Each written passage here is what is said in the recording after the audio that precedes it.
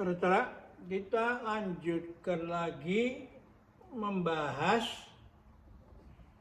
tulisan Franciscus Welirang dalam majalah Forum Manajemen Prasetya Mulia bulan Agustus tahun 2001. Sudah 24 tahun ini barang ya usianya. Nah, dia menulis berikut ini. Jadi kalau tadinya perusahaan itu adalah yang menguasai teknologi, membuat barang apa saja, lalu dijual ke masyarakat. Top down, ya. Dia ngambil untung yang sebesar-besarnya selama itu nggak ada persaingan, loh. Dan masyarakat mampu membelinya. Tapi perusahaan itu ternyata tidak bisa stay alone itu. Dia hidup di dalam satu masyarakat. Sehingga dia harus memenuhi ibarat ikan yang hidup di dalam air. Meskipun harus berpegang pada hukum-hukum ekonomi dalam mengembangkan usahanya, tidak boleh mengabaikan dan atau alpa untuk berpijak dan menyelaraskan diri pada kaidah dan atau hukum dan sistem kemasyarakatan di mana usaha tersebut berdiri atau didirikan, baik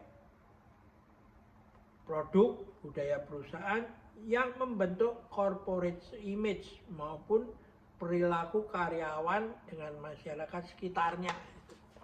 Jadi perusahaan itu nggak bisa, kita memang produsen satu-satunya, tapi bukan berarti boleh seenaknya tuh. Ada hukum-hukum, gitu.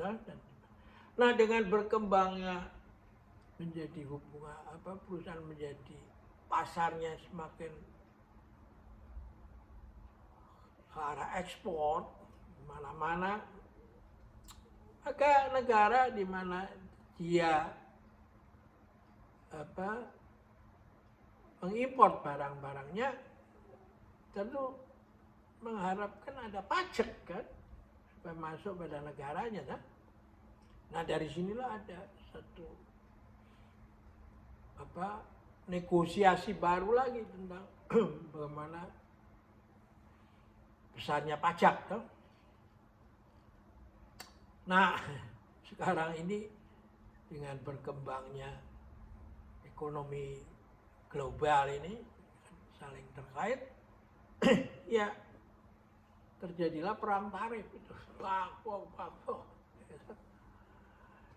saling men-squeeze itu, ya, untuk mencari keuntungannya sebesar-besarnya toh.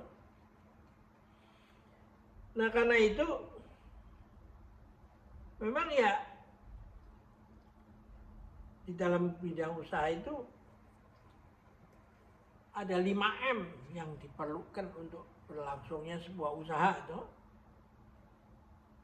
Material, machine, man, method, dan money, itu uang itu. Nah, tidak semua 5M itu ada di tempat di mana usaha itu berada toh. Nah, karena itu dia mencari sumber dari luar itu. Terutama mulai dengan negara-negara yang merupakan jajahannya kan. Dan lalu negara yang merasa dieksploitir bahan bakunya itu mulai bermasalah itu. Karena itu mereka minta muncullah gerakan nasionalisme, ingin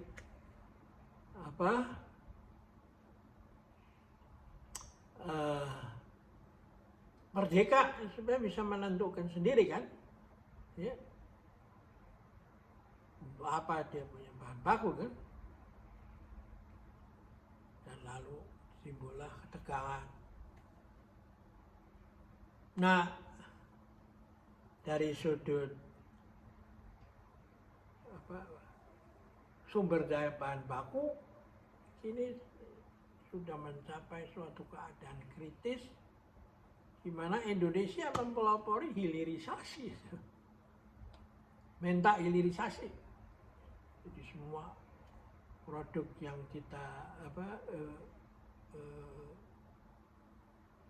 bahan-bahan baku yang kita jual itu mau sebab dihilirisasi, baik parsial maupun sampai finish product.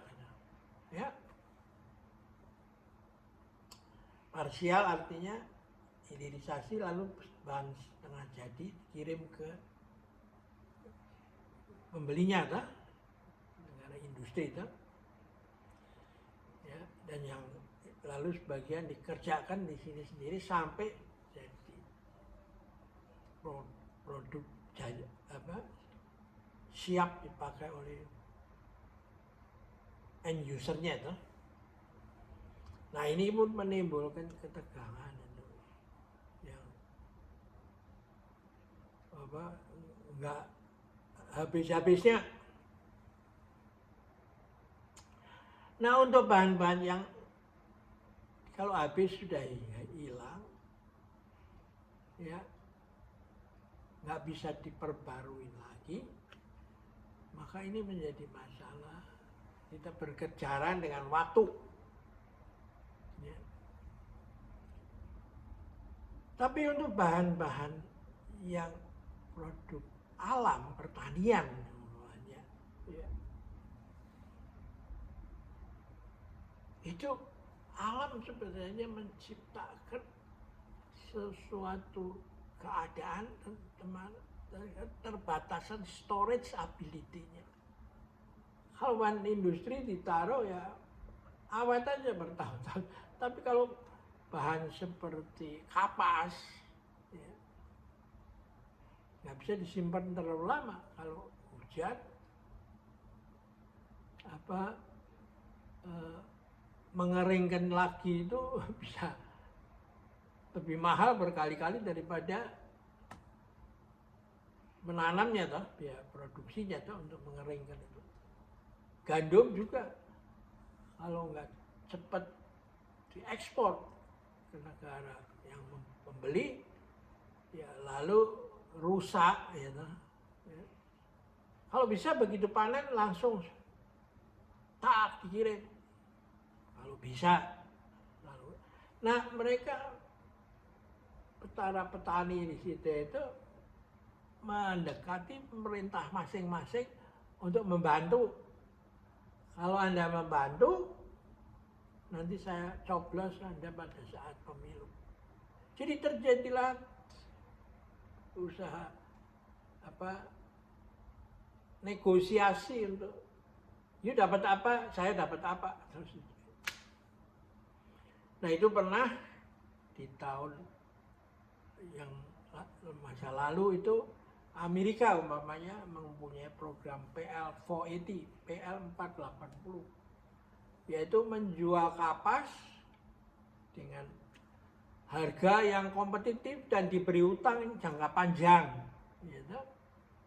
Nah, harus cash juga gandum itu. Ya. Nah, begitu besarnya konsumsi penduduk Indonesia, maka berpotensi pasarnya besar.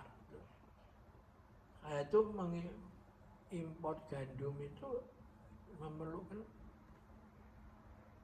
pabrik tepung di sini toh untuk bisa langsung buat makanan. Kalau hanya biji gandum aja ya susah. Ya toh. Terjadilah lalu kemudian pabrik tepung terigu yang salah satunya yang dimana Franciscus Welirang menjadi direkturnya itu. Nah, lalu berkembang lagi ke arah membuat mie instan, ya, supaya itu bisa langsung ke end usernya. Jadi begitulah, makanya tidak bisa itu dunia itu dipimpin oleh orang yang egois, itu mau memikirkan dirinya sendiri saja. Tidak bisa, yuk harus kompromi semua. Nah, karena itu pemimpin masa depan itu diperlukan, manajer masa depan itu diperlukan the specialist for the constructions of the whole. Itu paradoks itu. Spesialis untuk menjadi dirigen, mengatur semua hubungan ini. Jadi nasionalisme yang sofinistik aja sudah punya masa depan itu. Ya kan? Nah, karena itu memang perguruan sekolah manajemen itu memerlukan satu pendidikan yang baru, ya. Sistem pendidikan yang bisa mendukung perubahan zaman ini. Kalau sekolahnya itu masih model lama, ya akhirnya dia bukan menjadi solusi alumninya di perusahaan tempat dia bekerja, malah menjadi beban. Karena perusahaan harus cuci piring lagi, mengkoreksi pelajaran dan pelatihan yang didapat di dalam sekolah manajemen. Nah, itulah menurut saya tepat sekali Prastya Mulia di usianya yang ke-25 ini, sekarang ini,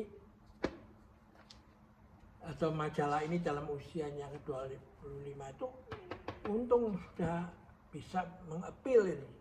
Tapi bagaimana pelaksanaan, ya itu memerlukan suatu proses yang harus dipikirkan secara benar, ya.